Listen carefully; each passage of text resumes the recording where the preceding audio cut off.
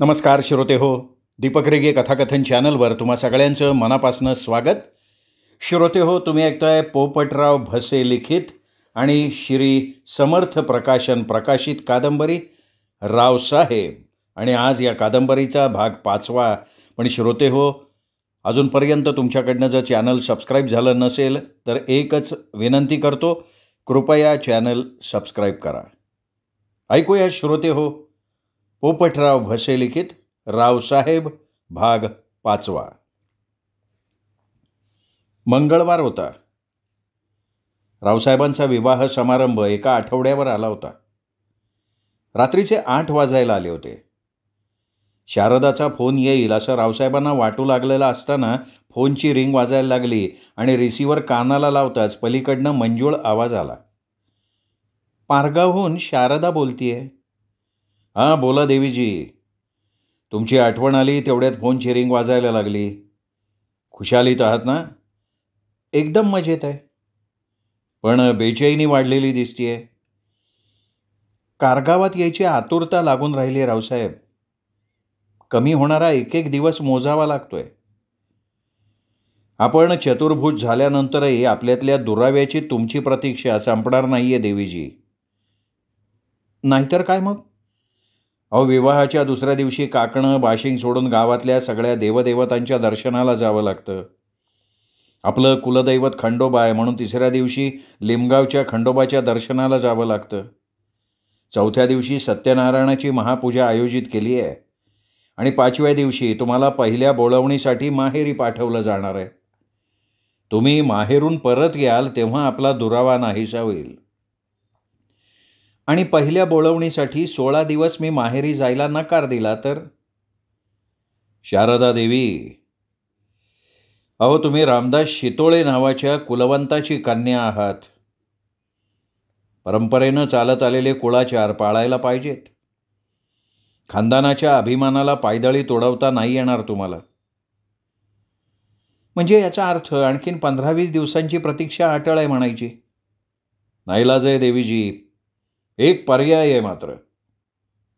कोणता? 5व्या दिवशी तुम्ही माहेरी गेल्यानंतर 6व्या दिवशी सासरी येण्याचा. लगेच दुसऱ्या दिवशी सासरी जायला आईबाबा परवानगी देणार नाहीत रावसाहेब. खरं सांगू का देवी, वाट पाहण्यात जेवढं मोठं थ्रिल असतं ना तेवढं रोमॅन्टिकही असतं.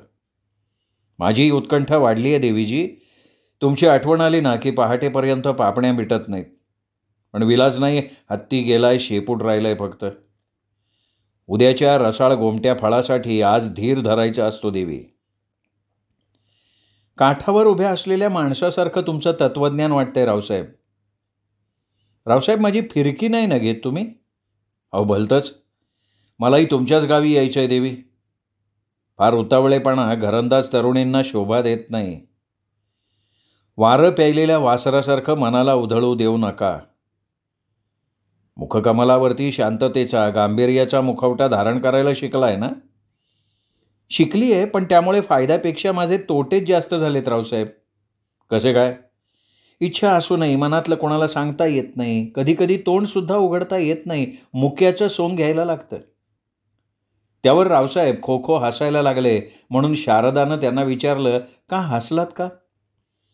तुमचा गुरु पक्का वाटत नाहीये देवी. शेवंताचा सहवास फारसा लाभलेला दिसत नाही तुम्हाला. बरणीतून तूप काढण्यासाठी बोट वाकडं करावं लागतं देवी. जाऊ द्या ना रावसाहेब. एवढा काथ्या कुठला तरी सगळं डोक्यावरनं गेल्यासारखं वाटतंय. मुद्द्याचं बोलणं आज पण विसरायला नको. म्हणजे? अहो, आपलं लग्न आठवड्यावर येऊन ठेपलंय. तुमच्या अपेक्षा विचारायच्या होत्या तुम्हाला. आज विचारताय? विचारता विचारता दोनदा विसरले. तुमच्याकडे जे नसेल ते सांगावं रावसाहेब. माझ्याकडे बाकी सारं आहे देवीजी. फक्त रामदास शितोळेंची रूपसुंदर कन्या नाहीये, तिला मिठीत घेण्यासाठी तनमन आतुरलंय. बाबांनी TV, fridge, gas, washing machine, कूलरसहित सगळ्या प्रकारचं फर्निचर म्हणून घेतलंय. तुम्हाला काही वेगळं? कसल्याही वेगळ्याची माझी अपेक्षा नाहीये शारदा देवी. 22 वर्ष लाडाकोडात वाढवलेली मुलगी तुमचे जन्मदाते सारे मायेचे पाश तोडून माझ्या स्वाधीन करणार आहेत. त्याचं मोल मला तरी नाही करता येणार देवी. ठीक आहे, फोन ठेवते. उद्या पुन्हा यावेळी फोन करीन. रावसाहेब फोन ठेवतात न ठेवतात तोच सदा सुनंदाला घेऊन आला. ती आपल्या वडिलांकडे झेपल्यावर सदा म्हणाला, फार त्रास द्यायला लागली, आवरता आवरेना. हो सुनू बेटा, लाडानं वेडी झाली आहेस बरं का तू. बांधून ठेवायला सांगू का गीताईंना? रावसाहेब कौतुकानं सुनंदाचा कान पकडून म्हणाले. सुनंदा त्यांच्या छातीवर डोकं घुसळायला लागले. ते तिच्या मऊ जावळावरनं ममतेनं हात फिरवत असताना जाधवसाहेब पत्नीसह आले. त्यांना बघून रावसाहेब काहीशा आश्चर्यानं म्हणाले, अरे यावेळी जोडीनं आलं जाधवसाहेब? साधना दिदींचा स्वयंपाक झाला आहे का व्हायचा आहे? स्वयंपाक झालाय रावसाहेब. आत्ताशी कुठं 8 वाजलेत. जेवायला तासभर अवधी आहे म्हणून तुमच्या कन्येला बघण्याच्या निमित्तानं आलो. अहो मग बसा. काय ही चिमुरडी आता फार त्रास द्यायला लागली आहे. सांड लवण आदळ आपट सारखी चालू असते बरं का दिदीची. रसोईत तर हिला घेऊन जायची सोय नाही राहिली. सोडा ना तिला. साधना सुनंदाला घेण्यासाठी हात पुढे करून म्हणाली. पण सुनंदा बापाला जाम चिकटली.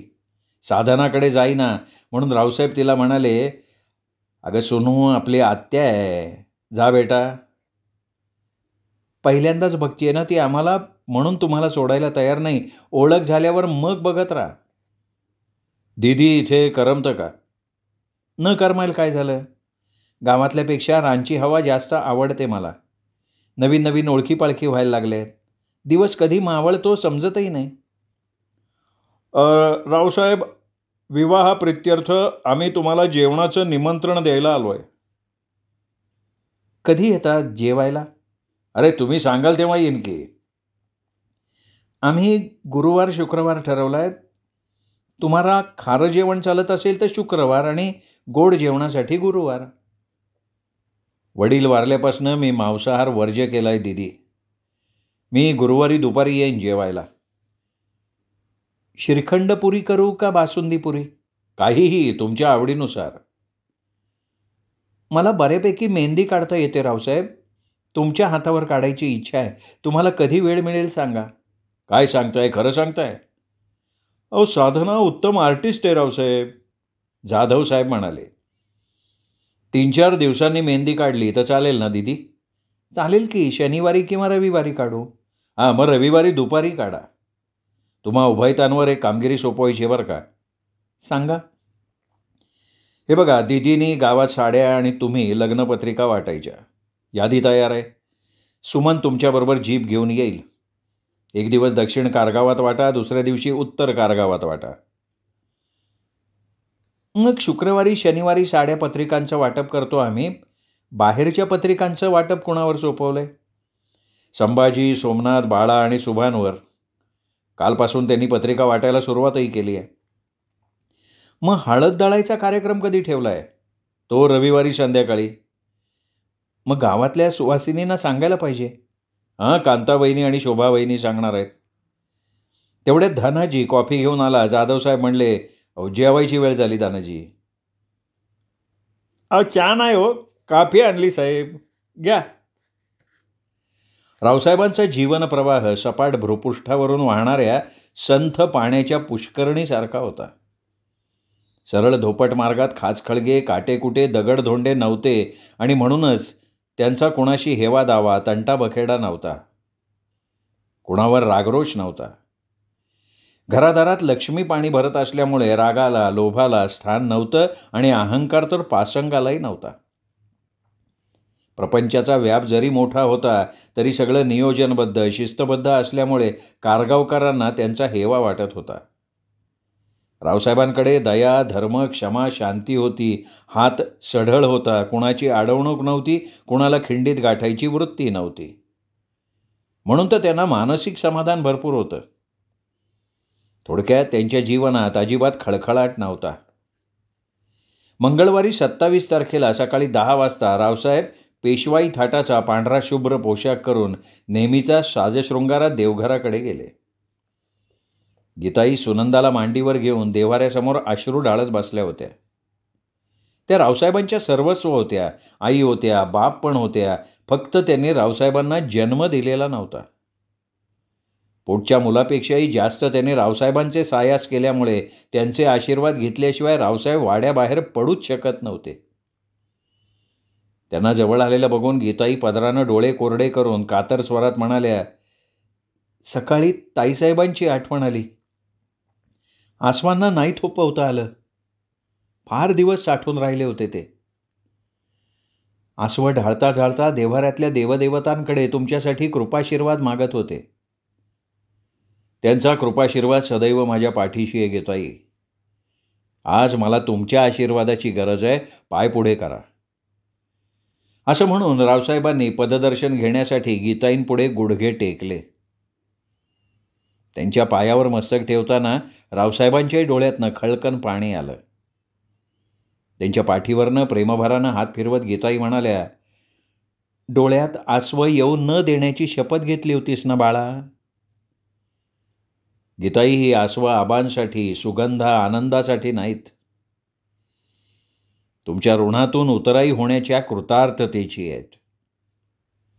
तुम्ही मला फक्त जन्म नाही दिला गीताई, तुम्ही कधी आई आठवू दिली नाही मला. गीताई, काय केलं नाही तुम्ही माझ्यासाठी, या वाड्यासाठी. फार फार झिजलात तुम्ही चंदनासारख्या. उतराई नाही होता येणार.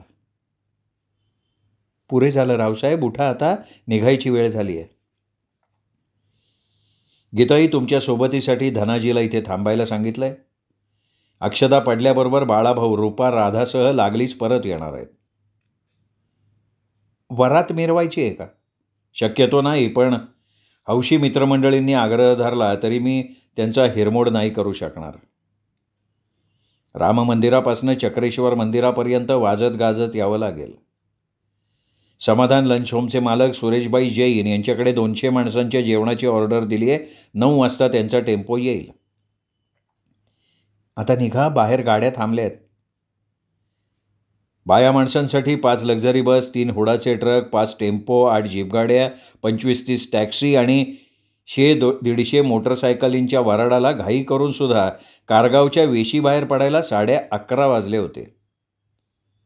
पारगावातल्या निसर्गरम्य राधाकृष्ण मंगल कार्यालयात शितोळे पाटलांनी वराडाच्या स्वागताची जय्यत तयारी केलेली होती. वाजंत्री बँडच्या गजरात गुलालाची उधळण करत शाल, श्रीफळ, टोपी, टॉवेल देऊन मोठ्या सन्मानपूर्वक प्रमुख पाहुण्यांच्या गळाभेटीचा कार्यक्रम पार पडल्यानंतर लगेच साखरपुड्याच्या कार्यक्रमाला सुरुवात करण्यात आली. नवरीला औक्षण केल्यानंतर नवरदेवाचा सत्कार, अंगठ्या प्रदान करण्याचा वांगनिश्चय सोहळा आणि मग वखारा वरमाईच्या सत्काराला 1:30 वाजून गेला. त्यानंतर जेवणाची पहिली पंगत बसली. ती पंगत उठल्याबरोबर विवाह मंडपात हळदी समारंभ सुरू झाला. पाटावर जाऊन बसताच नवरी रावसाहेबांच्या कानात हळूच कुजबुजली, शेवंताचं ऐकलं असतं ना तर बरं झालं असतं. काय म्हणाली शेवंता? ती म्हणाली होती, पहिल्या पंक्तीला जेवून घ्या. का भूक लागली आहे का? फराळसुद्धा नाही केलेला मी. मग शेवंतानं चुकीची माहिती दिलेली दिसतीये. म्हणजे विवाहानंतर सप्तपदी झाल्याशिवाय नवरा नवरीनं उपवास सोडायचा नसतो. रावसाहेब गालात हसत म्हणाले, काय कुजबूज काय चालली आहे दाजी? शेवंतानी खाली वाकून विचारलं.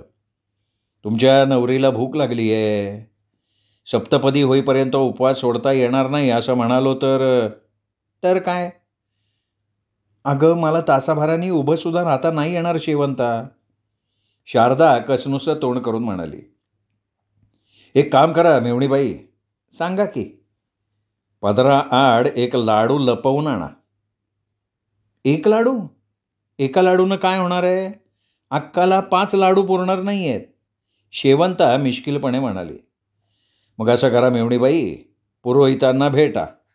हळदी समारंभ उरकल्याबरोबर नवरीला जेवता येईल का असं विचारा. त्याबरोबर भोवतीच्या सगळ्या बायका खुदूखुदू हसायला लागल्या. शारदाला काही कळलं नाही. तिने रावसाहेबांना विचारलं, का हसतायत काय बायका? थांबा जरा, मी माझ्या एका करवलीला विचारतो. नको. तेवढ्यात साधना नवरीच्या कानाजवळ तोंड नेऊन म्हणाली, थोडी कळ काढा की आक्कासाहेब. तुमची एक करवली लाडू जिलबी बालुशाही आणायला परत घेऊन गेली. हळदी समारंभ अशा प्रकारे हास्यविनोद थट्टा मस्करीत पार पडल्यानंतर नवरा नवरीला भोजनगृहाकडे नेण्यात आलं. पंक्तीत बसल्यावर शारदानं गालात हसत रावसाहेबांना विचारलं, दुपारी जेवणानंतर झोपायची सवय आहे का तुम्हाला? हां, पूर्वी होती, पण आता नाही आहे. कधीपासनं मोडली सवय? आपलं लग्न ठरल्यापासनं. पण का विचारताय का? दुपारी झोपायची सवय असणाऱ्यांना ना गोड पदार्थ जर खाण्यात आला तर झटकन त्यांच्या पापण्या मिटायला लागतात. आणि आत्ता तुम्हाला झोप लागली तर आपलं लग्न 6च्या ऐवजी 8 वाजता लागेल. त्यावर रावसाहेब म्हणाले, अहो शेवंताराजे. काय हो दाजी? तुमची नवरी म्हणतीये गोड पदार्थ खाल्ल्यावर झोप येईल. मग अक्काच्या ताटात गोड पदार्थ टाकू नका, वाढणाऱ्यानं सांगते की मी. शेवंता, मी मेहुणी आहे का तुझी? नवरदेवाला गोड पदार्थ आवडत नाहीत म्हणून माझी फिरकी घेणं चालू आहे ग. मग नवरी बाय, गोड पदार्थ बेतानं खा, विशेष करून जिलब्या. हां, आणि संध्याकाळी तर गोड पदार्थाचं नाव सुद्धा घेऊ नका, कारण मध्यरात्रीनंतर आपल्याला आणखीन एका गोड पदार्थाची चव चाखायची आहे. रावसाहेब मिश्किलपणे हळूच म्हणाले, अहो हळू बोला, अनेकांचे कान लागलेत आपल्याकडे. मध्यरात्रीपर्यंत जाग्या राहू शकाल ना? रावसाहेबांनी एक लाडू हातात घेऊन मुद्दाम विचारलं. काही सांगवत नाही हो. रात्री मेहंदी काढायच्या नादात पहाटेपर्यंत पापण्याच मिटलेल्या नाही आहेत. हां, मग अवघड दिसतंय. मी सुद्धा रात्री 1 वाजेपर्यंत जागा होतो. अशा प्रकारे छान गुंजारव करत नवरा नवरीचं जेवण उरकलं. 5 वाजण्याच्या सुमाराला सजवलेल्या रथातनं नवरदेवाची मिरवणूक निघाली. रथापुढे नाचणारी तरुण मंडळी दमल्यावर 6 वाजता नवरदेवाला कार्यालयाच्या प्रवेशद्वारात आणण्यात आलं. स्वागत, मानसन्मान, आशीर्वादानंतर बरोबर 6:40 2-2.5 हजार स्त्रीपुरुषांच्या साक्षीनं 5 मंगलाष्टकांनंतर वधूवरांनी एकमेकांच्या गळ्यात विधिवत वरमाला घातल्या. अतिशय खेळीमेळीच्या आनंददायी वातावरणात कार्यक्रमाला कुठेही गालबोट लागू न देता विवाह सोहळा डामदौलात आणि दिमाखात यथासांग पार पडला. 7 वाजता सप्तपदी झाली, 8 वाजता झाल भरण्यात आली आणि मग नवरीला 9 वाजता नवरदेवाच्या वसांगळी घालून गळाभेटीचा अखेरचा कार्यक्रम पार पडला. दक्षिण कारगावातल्या राममंदिरात नवरा नवरीला पोचायला 10 वाजले होते. वरातीसाठी सजवलेल्या रथात जाऊन बसल्यावर शारदा रावसाहेबांना हळूच म्हणाली, वरात किती वेळ चालणार आहे? काय 1-1.5 तास चालेल का? माझे डोळे तर आत्ता झाकायला लागलेत. मग डोक्यावरनं डोळ्यांवर पदर ओढून घ्या. तुम्ही झोपला हे कोणाच्या लक्षात येणार नाही आणि वाड्यावर पोचेपर्यंत तुमची छान झोप होऊन जाईल. पण अंग टाकायला पाहिजे, बसून झोपणं शक्य नाही आहे. एक काम करता येईल देवी, ते शक्य आहे. काय ते? तुमच्या जागेवर तुमच्या पाठराखणीला बसवा आणि आमच्या दोघांच्या मागे तुम्ही बेलाशक अंग टाकून द्या. वाडा जवळ आला की उठवतो तुम्हाला. शेवंताला विचारून बघते, तुमची हरकत नाही ना, मग ती नकार नाही देणार. काय ते तुमचं तुम्ही ठरवा. प्रश्न फक्त 2-2.5 तासांचा आहे देवी. वाड्यात गेल्यानंतर झोपायचंच आहे. अहो मगाशी 1.5 तास म्हणालात, आता 2.5 तास म्हणताय. वाड्यात शिरल्यावर 3.5 तास म्हणाल. शेवंता इथे माझ्या जागेवर येऊन बस बाई, मला नाही बसवत आहे, डोळे तारवटलेत माझे. रावसाहेब तुम्ही जरा पुढे सरका, मला पाय लांबवू द्या. कमाल आहे तुझी. रात्री जागत बसू नकोस, तुला सांगत होती का नाही? तुझ्या जागेवर मी. ए बघ शेवंता, तुला जे काही सांगायचं आहे ना बाई, ते उद्या सकाळी सांग. आधी इथे येऊन बस ग. असं म्हणून शारदानं पाय वरती घेऊन लांबवले आणि दुसऱ्या क्षणी डाव्या कुशीवर अंग टाकून दिलं. जरा वेळानं रावसाहेब शेवंताला म्हणाले, नवरीला पाठराखणीची गरज का असते ते समजलं. बायकोपेक्षा मेहुणी बरी असते नवरदेव. ऐनवेळी अशी कामाला येते. पाय कुठे आहेत तुमचे? का हो? घालीन लोटांगणं वंदीनं चरणं. पुढची ओळ खाऊन टाकली का? नाही, आता आठवत नाही आहे. मी सांगू? सांगा की. विसरणार नाही ना? नाही विसरणार, सांगा मेहुणी बाय. घालीन लोटांगण वंदीन चरण, डोळ्यांनी पाहिन रूप तुझे. हे मात्र खरं आहे बरं का मेवणीबाई. डोळ्यात साठवून ठेवण्यासारखं रूप आहे तुमचं मेवणीबाई. श्रोते हो, तुम्ही ऐकत होतात पोपटराव भसे लिखित रावसाहेब या कादंबरीचा 5वा भाग. 6वा भाग ऐकण्यासाठी उद्या भेटूयात दीपक रेगे कथाकथन चॅनलवर. तोपर्यंत नमस्कार श्रोते हो.